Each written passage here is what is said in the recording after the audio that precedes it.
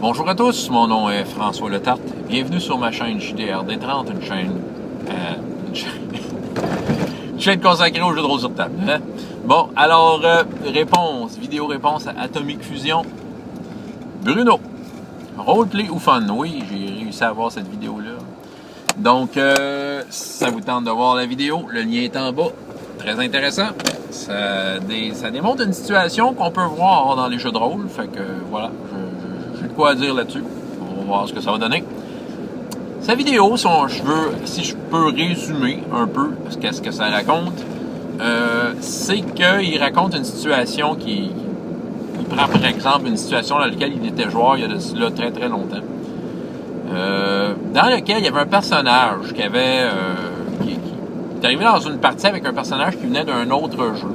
Ce personnage-là avait un rôle dans la vie, une mission, une ligne de conduite très précise, c'est ça. Puis au courant de la partie, les autres joueurs qui jouaient leur personnage bien comme il faut se sont mis à compromettre un peu la ligne de conduite et la mission de ce personnage-là, au point où le personnage de Bruno a dû éliminer tous ses amis dans la game. Ce qui a fait en sorte qu'il y avait du monde pas content à la fin. Que le maître de jeu a dit « T'as scrappé ma game ». C'était il y a longtemps. Malheureusement, Bruno, ton maître de jeu avait raison. T'as scrappé sa game. Bon, on s'entend, on apprend. Je ne crois plus qu'il ferait ça aujourd'hui. Là, on s'entend, c'est il y a très très longtemps. Donc, des fois, quand on est plus jeune, joueur, on pense pas à ces affaires-là. Mais justement, peut-être que ça vous concerne. Peut-être que vous avez fait face à ce genre de situation-là. Même moi, ça m'est arrivé dans le passé. Donc, c'est quoi le problème, en fait, là, de ce que je viens de dire là? Sa vidéo s'appelle « Roleplay ou fun ». OK? La situation décrite par Bruno, la partie en tant que telle, ça se trouve à être il a mis le roleplay au devant. Il a joué son personnage, puis il a fait avec son personnage ce que son personnage ferait. Okay? Son personnage avait un ordre de mission, avait une ligne de conduite, tout ça. Puis tu sais, si des gens venaient qu'à dépasser cette ligne-là, ben il y avait un ordre de mission, c'est-à-dire d'éliminer tout le monde, d'effacer toutes les traces. Tu sais, il y avait comme un secret à cacher, il fallait que personne ne le sache. Avoue que ça se lirait bien dans un livre, une histoire, ça serait super dramatique. Puis tu sais, ça veut pas dire que c'est pas intéressant. Tu sais, l'histoire est intéressante, le résultat est intéressant, mais c'est pas le fun. C'est pas le fun parce que justement, le roleplay a pris un peu la place. Ça, c'est quand on est trop roleplay. Tu sais, le roleplay, ça a son utilité. Ça nous permet de nous démarquer notre personnage. Tu sais, ça permet de faire en sorte que notre personnage a de l'air vrai, a de l'air d'un quelqu'un dans un monde imaginaire, puis que c'est pas nous, tu sais. Même si c'est un avatar de nous, ben en tout cas, il y a de quoi de différent. Il y a de quoi qui fait que ce personnage-là est extraordinaire dans le monde imaginaire qu'on est, puis le roleplay est là pour nous aider à rendre le tout crédible et vivant. Mais là, c'est comme trop de roleplay. Dans le sens que c'est comme de créer un agenda propre au personnage et que l'agenda passe par-dessus l'aventure qui est en train de se jouer. Que c'est soudainement, il se passe de quoi, puis soudainement l'agenda du personnage prend le dessus sur n'importe quoi qui se passe dans l'aventure, tu sais. Mais ça, on va vous dire, je vais faire une comparaison un peu plate, mais ça me fait penser au maître de jeu qui arrive avec son aventure faite, son scénario, qui impose ça à ses joueurs, il impose son idée, il leur enlève comme une série de choix. T'sais, il manque de choix soudainement. C'est son scénario, on doit suivre l'aventure que j'ai prévue. Puis, tu sais, le maître de jeu impose son affaire, puis il tient pas compte de ce que les personnages aimeraient faire, tu sais. Puis c'est ça, mais c'est quand même un peu pareil, mais du côté joueur. C'est-à-dire que le joueur s'impose avec un roleplay. Mais c'est parce que cette affaire, c'est même si il tente d'inclure les autres dans son roleplay, ben c'est parce que ça prend tellement le dessus qu'à un moment donné, c'est comme si les autres n'étaient pas là, tu sais. tu veux absolument faire ton affaire, puis les autres, les autres, ils sont comme plus importants. T'sais, ça, c'est l'extrême, là, qu'on s'entend. Il y a des degrés là-dedans, mais c'est le degré extrême. Et là, c'est là qu'on tombe dans la balance, mais il faut que les autres aient du fun. Mais là aussi, il peut y avoir des extrêmes qui peuvent ne pas fonctionner pour le fun. T'sais. Parce que si on laisse faire le roleplay et qu'on dit on fait juste ça pour le fun en chum, ça peut être correct. Ça peut amener des situations où la cohérence de ce qu'on est en train de faire marche plus.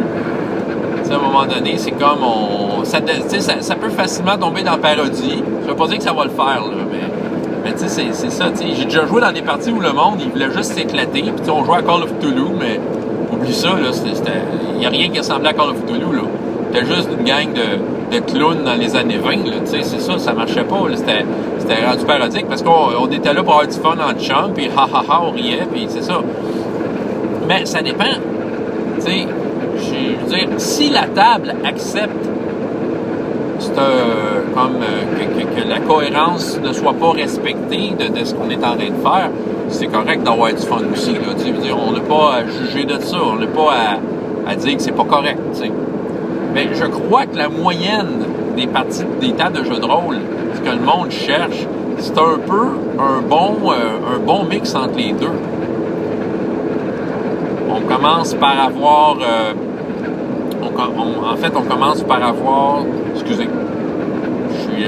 Mon attention est détournée, il y a des policiers. Juste être sûr qu'ils passent bien. Une urgence, vous avez vu le bleu et le rouge dans mon visage. Bon.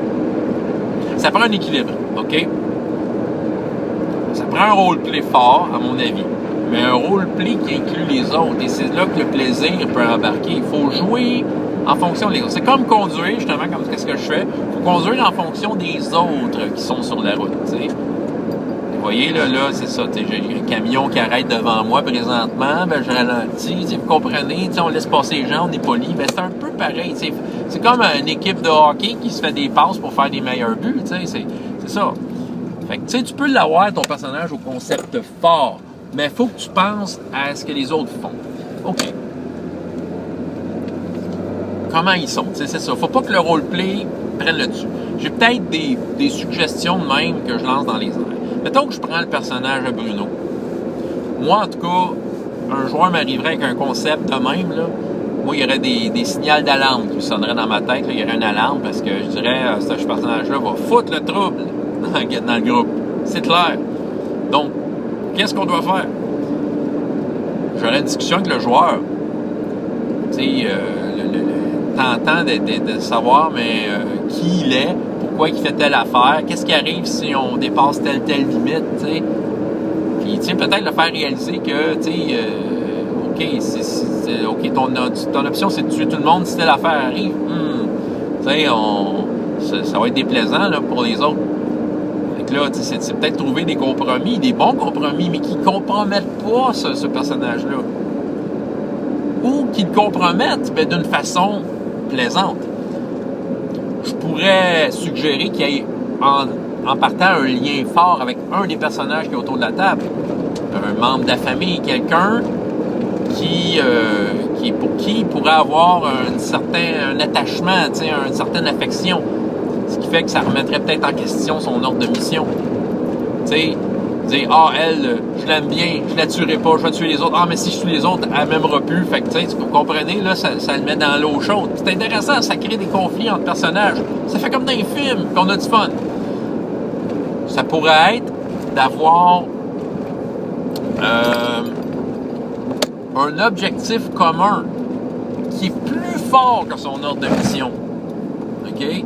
Faire en sorte que la mission qui a été décidée pour le groupe, pour cette aventure-là, que ça soit quelque chose qui est primordial, que tu sois obligé de travailler main dans la main, même si ton code de conduite a été violé, si on veut, là, que tu sois obligé de finir l'objectif global du groupe et qu'à la fin, tu remettes en question ton code de conduite.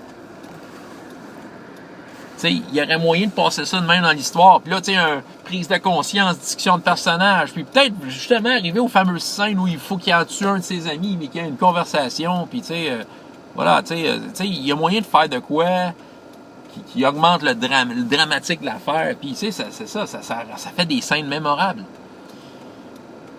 Que finalement, le joueur, pour faire en sorte que le groupe reste cohérent, décide de défier son patron qui lui donne tous ces ordres-là, puis de dire « Non, je ne ferai pas la mission, je ne tuerai pas ces gens, parce que je les aime bien, finalement. Ils m'ont sauvé la vie 3-4 fois dans la dernière aventure. » Et là, de se mettre dans le trouble avec son boss, ah ça, là, hey, là, le maître de jeu, là, tu vois, tu viens d'ouvrir un robinet, là. En mieux que ça, tu viens pas juste d'ouvrir le robinet, t'as pris une hache, puis t'as cassé le robinet, puis ça coule. Les idées s'en viennent, là, tu sais. Là, tu sais, t'as plus besoin de te creuser la tête, là. Les patrons de ce gars-là vont lui courir après, puis vont avoir des amis avec lui, tu sais, vous comprenez, là? Mais tout le monde va être ensemble là-dedans, tu sais, ça va devenir quelque chose de plus fort que son agenda personnel. Ça n'empêche rien à son agenda personnel. Peut-être qu'il va y revenir, peut-être que, tu sais, c'est partie remise, mais, tu sais, on est là pour faire en sorte que les autres aussi puissent avoir peut-être un petit agenda personnel et qu'ils puissent le mettre puissent se permettre de le faire, tu sais, de le mettre en œuvre. Vous comprenez? Fait que c'est peut-être des petits conseils que je pourrais mettre que faire, tu sais, pour une situation comme le personnage de Bruno. Sinon, c'est d'avoir vraiment un équilibre roleplay et le fun, tu sais. T'sais, le roleplay, c'est pour la crédibilité, puis le fun, ben, c'est pour faire en sorte que tout le monde ait du plaisir. OK? C'est un plaisir, c'est quelque chose qui devrait être partagé. Très important. Ouais. C'est un peu ce que je dirais à Bruno. Des situations qui me sont déjà arrivées. Écoute, le seul exemple, c'est sûrement arrivé plus souvent que je pense. Mais il y a un exemple en particulier qui me vient en tête, c'est je jouais à Shadowrun. Ça fait super longtemps de ça. Je pense que c'était la 2e édition. Ça vous remet un peu en contexte. La 2e édition, c'était comme l'affaire hot. Je me souviens que on jouait nos affaires, on faisait nos runs. On avait le groupe typique là, avec moi j'étais le Decker, puis t'avais le Street Samurai, puis tu sais, toute cette salade-là. Il y en avait un dans la gang, c'était un traître. Un des joueurs était un traître. On ne le savait pas, tu sais. À un moment donné, on avait bien du trouble, puis on s'est aperçu que le traître, c'était lui. Fait que là, il y en avait dans la gang, que c'était des gars avec qui tu niaisais pas de même. Fait que, tu sais, pendant la game, on a tué son personnage. On a fait ce que nos personnages auraient fait devant une telle trahison. L'affaire, je me souviens un peu de l'ambiance de la partie. On avait des missions, mais il n'y a rien qui nous rattachait tant que ça à cet univers-là. On avait des missions tout simplement. On avait des obstacles à contourner, mais ça nous rendait pas forts et unis, tout ça. Là. Tout le monde avait son petit agenda. Moi, je me souviens que mon Decker avait un but dans la vie. Puis c'était de faire en sorte qu'une espèce de barmaid tombe amoureux de lui. C'était comme l'amour de sa vie. OK? Il y avait quelque chose, là, parce que c'était un monde. C'était un Shadowrun. Moi, je voyais ça comme un univers où la technologie a pris le dessus beaucoup. Ceux qui connaissent ça peuvent en parler. Puis moi, j'avais un amour pour un personnage non-joueur, mais ça n'a jamais été comme pris tant au sérieux parce que le maître de jeu avait d'autres idées. Mais il y a eu des scènes que ça a été mis en place. Mais le traître, pauvre gars, c'était pas le fun pour nous autres, parce que soudainement, on venait de s'apercevoir que notre groupe était pas cohérent, déjà qu'il l'était pas traitement, mais là, c'était encore pire. Le gars, il perd son personnage. Il était pas content, il aimait bien son personnage. Puis nous autres, en tout cas, ça avait donné un drôle de feeling, puis je sais pas, sérieux, je me souviens pas d'où venait cette idée-là. C'était-tu le maître de jeu qui a proposé ça au joueur, ou c'est le joueur qui disait « J'aimerais ça faire un traître », mais vous dit là, foutu mauvaise idée. Ben, ça peut devenir une bonne idée. Il faut amener ça de la bonne façon.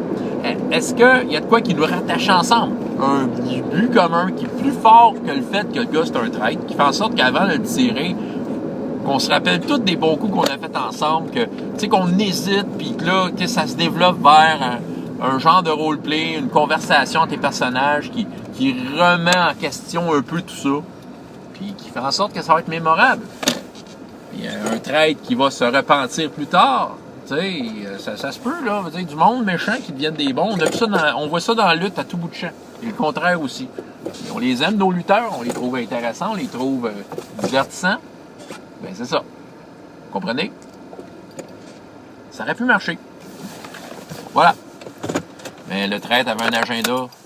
Puis, peu importe ce qu'on faisait, il nous foutait dans le trouble. François Letarte, JDR Détrempe. Et jusqu'à la prochaine fois, ayez autant de plaisir dans la vie que dans les jeux. Au revoir.